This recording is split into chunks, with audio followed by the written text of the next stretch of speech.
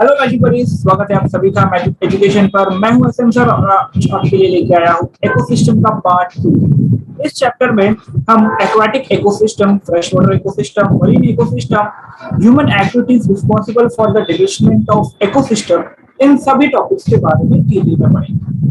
तो बिना समय गवाए चलिए शुरू करते हैं। सबसे पहले जानेंगे एक्वाटिक इकोसिस्टम के बारे में। पिछले लेक्चर में हम लोग ने इकोसिस्टम क्या होता है, बायोम क्या होता है, इसके बारे में जाना था। Land biome and aquatic biome के बारे में पढ़ा था। लैंड बायोम यानी जो लैंड पे इकोसिस्टम होता है उसे हम लैंड बायोम में कंसीडर करते हैं, और जो इकोसिस्टम वाटर में होता है उसे हम एक्वेटिक बायोम में कंसीडर करते हैं। लैंड बायोम में हम लोग ने ग्रासलैंड एंड फॉरेस्ट इकोसिस्टम के बारे में पढ़ा था। अब एक्वेटिक इकोसिस्टम के बारे में थोड़ा और जानकारी लेते हैं। एक्वाटिक इकोसिस्टम के बारे में बात करें तो हमारे अर्थ पे 71% of earth surface is covered by water, यानी हमारे अर्थ पे 71% तो सिर्फ वाटर है और 29% सिर्फ land. Therefore, aquatic ecosystem becomes important. Aquatic ecosystem यानी जो इकोसिस्टम वाटर के अंदर होता है उसे हम लोग एक्वाटिक इकोसिस्टम कहते हैं। इसमें fresh water ecosystem, marine ecosystem and creek ecosystem आते हैं। फ्रेश वाटर यानी पॉन्ड्स, रिवर्स, लेक, ये सब हमारे फ्रेश वाटर इकोसिस्टम है जहाँ पे फ्रेश वाटर होता है। मराइन इकोसिस्टम यानी जहाँ पे सॉल्ट वाटर होता है, जैसे कि ओशन, सी, ये सब हमारे मराइन इकोसिस्टम के पार्ट। क्रीक इकोसिस्टम यानी जहाँ पे रिवर ओशन से मिलता है उस एरिया को हम लोग क्रीक कहते हैं या फिर इश्यूरी कहते हैं। उस एरिया को हमें क्रीक इकोसिस्टम के नाम से जानते हैं। फ्रेश वाटर इकोसिस्टम की अगर बात करें तो इसमें पॉन्ड्स, लेक्स एंड रिवर्स आते हैं। यहाँ पे एनर्जी का ट्रांसफर एक जगह से दूसरी जगह थ्रू वाटर होता है, यानी वाटर के वेव्स करंट पास होंगे तो एनर्जी भी एक जगह से दूसरी जगह पे क्या होगा, ट्रांसफर होगा। पॉन्ड्स, लेक्स, रिवर, इनके अगर हम लोग बॉटम में जाए तो वहां पे बहुत सारे डिकम्पोजर्स होते हैं। डिकम्पोजर्स यानी बैक्टीरिया, अलग अलग तरह के बैक्टीरिया पे वहां पे प्रेजेंट होंगे। जैसे रिवर के अंदर, पॉन्ड्स के अंदर, लेक्स के अंदर जो लिविंग ऑर्गेनिजम्स है यानी प्लांट्स एंड एनिमल्स वो मर जाएंगे तो ये बैक्टीरिया क्या करेंगे, उनके बॉडीज को डिकम्पोज कर देंगे, यानी उन्हें अबायोटिक फैक्टर्स में कन्वर्ट कर देंगे। यहाँ पे एक एग्जांपल लिया है प्रोड्यूसर एक्वाटिक इकोसिस्टम में। प्रोड्यूसर्स में एक्वाटिक प्लांट्स आते हैं जिसमें अल्ट्रोरिक्स, एड्रिला, अजोला, नाइटिला, टाइफा, पिस्टिया और इकॉर्निया, ये सारे एक्वाटिक प्लांट्स हैं, यानी ऐसे प्लांट्स जो वाटर के अंदर जी सकते हैं। इन पे फीड करते हैं प्राइमरी कंज्यूमर्स जिनमें आते हैं aquatic insect, snails and annelids. Secondary consumers में आएंगे small fishes and frogs. Tertiary consumers में आएंगे large fishes, herons and crocodiles. Herons एक बर्ड है, जैसे हम देखते हैं कि कुछ बफेलोस के ऊपर जो व्हाइट कलर के बर्ड रहते हैं उन्हें इग्रेट कहते हैं, उन्हीं की तरह दिखने वाले ये हेरॉन्स होते हैं। क्रोकोडाइल हम सब जानते हैं। और फाइनली आते हैं डिकम्पोजर्स, यानी इन एक्वाटिक प्लांट्स पे प्राइमरी कंज्यूमर्स फीड करेंगे, खाएंगे। इन प्राइमरी कंज्यूमर्स पे सेकेंडरी कंज्यूमर्स फीड करेंगे, सेकेंडरी कंज्यूमर्स पर टर्शरी कंज्यूमर्स फीड करेंगे, और फाइनली ये सारे जब मर जाते हैं तो इनके डेड बॉडीज पे कौन फीड करेगा, डिकम्पोजर्स फीड करेंगे। बैक्टीरिया एंड फंगस ये क्या करेंगे, इन्हें इन बायोटिक फैक्टर्स को अबायोटिक फैक्टर्स यानी मिनरल्स, वाटर, सॉइल में कन्वर्ट कर देंगे।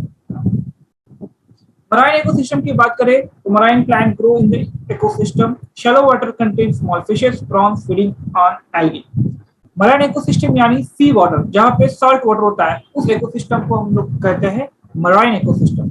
यहाँ पे मोस्टली जो लिविंग ऑर्गेनिजम्स होते हैं वो शैलो वाटर में देखने को मिलेंगे, जिसमें हमें small fishes, prawns, algaes, aquatic plants ये सब देखने को मिलते हैं। जबकि डीप ओशन में लिविंग ऑर्गेनिजम्स बहुत ही कम नंबर में पाए जाते हैं। Ocean is a large amount of nutrient. Ocean के पास बहुत सारा न्यूट्रिएंट है। ये क्यों आता है, जैसे ही इसके लिविंग ऑर्गेनिजम्स मर जाएंगे तो ये नीचे क्या हो जाते हैं, सेटल हो जाते हैं, जहाँ पे अगेन हमारे डिकम्पोजर्स अपना काम करते हैं और इन लिविंग ऑर्गेनिजम्स को न्यूट्रिएंट्स, मिनरल्स में कन्वर्ट कर देते हैं। इसके कारण ओशन में बहुत सारा अमाउंट में न्यूट्रिएंट्स पाया जाता है। अब बात करते हैं ह्यूमन एक्टिविटीज जिसके कारण हमारा इकोसिस्टम डेंजर फेस करता है। Increasing use of resources due to the increased population. जैसे जैसे हमारा पॉपुलेशन बढ़ते जाता है वैसे वैसे हमारी नीड्स बढ़ती जाती है, तो हम ज्यादा से ज्यादा इकोसिस्टम को एक्सप्लॉइट करने लगते हैं और जिसके कारण इकोसिस्टम डेंजर में आ जाता है, डिस्ट्रॉय होने लग जाता है। Due to increase in population, man kept on snatching the natural resources on large scale. Changing lifestyle demands more than necessary. Humans के basic needs food cloth and shelter, इसके अलावा भी ह्यूमंस क्या करता है, इकोसिस्टम से, नेचर से और छीनता रहता है, उसे जो भी चाहिए वो लेता रहता है, जिसके कारण हम लोग नेचर को ओवर एक्सप्लॉइट कर देते हैं और डिस्ट्रक्शन स्टार्ट हो जाता है इकोसिस्टम का। Urbanization. Due to the continuous urbanization, more and more agriculture lands, marshland, wetlands, forests, and grasslands are being destroyed for building and other facilities around. Urbanization यानी city plan करना। हमें अपना घर बनाने के लिए, रोड्स बनाने के लिए, रेलवे का लाइन डालने के लिए, इन सब चीजें के लिए लैंड लगता है। तो हम लोग क्या करते हैं, जो हमारे फॉरेस्ट है, वेटलैंड्स एंड मार्शलैंड यानी जो दलदल वाला जगह होता है, ग्रासलैंड्स, इन सबको क्या करते हैं, डिस्ट्रॉय कर देते हैं और वहां पे हम अपना सिटी प्लान करते हैं, रोड्स बनाते हैं, ट्रांसपोर्टेशन फैसिलिटीज डेवलप करते हैं, जिसके कारण वहां पे जो इकोसिस्टम होता है वो डिस्ट्रॉय हो जाता है। Industrialisation and traffic. Raw materials required for the industrialization are obtained from the destroying forest. For example, हम पेपर यूज करते हैं। पेपर बनाने के लिए हमें बहुत सारे ट्रीज को कट करना पड़ता है और फिर उस पे बहुत सारा केमिकल प्रोसेस होगा और फिर जाके पेपर तैयार होता है। तो एक पेपर बनाने के लिए हमें बहुत सारे ट्रीज को कट करना पड़ता है, जिसमें फॉरेस्ट जो है वो डिस्ट्रॉय हो जाता है। तो हम अपने लिए नेचर को डिस्ट्रॉय कर रहे हैं। जो भी इंडस्ट्रीज है उनमें कुछ ना कुछ रॉ मटेरियल लगता है, वो रॉ मटेरियल किसी न किसी नेचुरल रिसोर्स से ही आता है। जैसे ही हम उसे लेते हैं तो वहां पे हम लोग क्या करते हैं, इकोसिस्टम को डिस्ट्रक्शन कॉज करते हैं। इसके अलावा ट्रैफिक भी आज एक बहुत बड़ा प्रॉब्लम हो गया है। ट्रैफिक सॉल्व करने के लिए हम लोग रोड्स कंस्ट्रक्ट करते हैं, पेट्रोल पंप्स बनाते हैं, जिसके कारण वहां का इकोसिस्टम बिगड़ जाता है। Tourism, people visit the scenic places mainly for nature, watch entertainment, to visit sacred place. A lot of amenities, amenities यानी facilities जैसे कि hotels, road, airport, railway station, ये सब बनाना। टूरिस्ट के ज्यादा से ज्यादा टूरिस्ट आए और उन्हें ज्यादा से ज्यादा कंफर्ट मिले, इसके लिए बहुत सारे एमिनिटीज जैसे होटल्स वगैरह बनाए जाते हैं। बट जब हम ये सारा कंस्ट्रक्शन करते हैं तो हम ये भूल जाते हैं कि वहाँ का इकोसिस्टम जो है, नेचुरल रिसोर्सेज, नेचर जो है वो भी डेंजर में आ सकता है। बट ये सब कंस्ट्रक्ट होता है और वहाँ का इकोसिस्टम डिस्ट्रॉय हो जाता है। लार्ज डैम्स, डैम्स कवर है वास्ट एरिया। डैम्स बनाने के लिए हम एक पर्टिकुलर जगह पे एक वॉल जैसा क्रिएट कर देते हैं, जिससे उसके पीछे जो है वाटर स्टोर हो सके और जो हम बाद में यूज कर सकते हैं।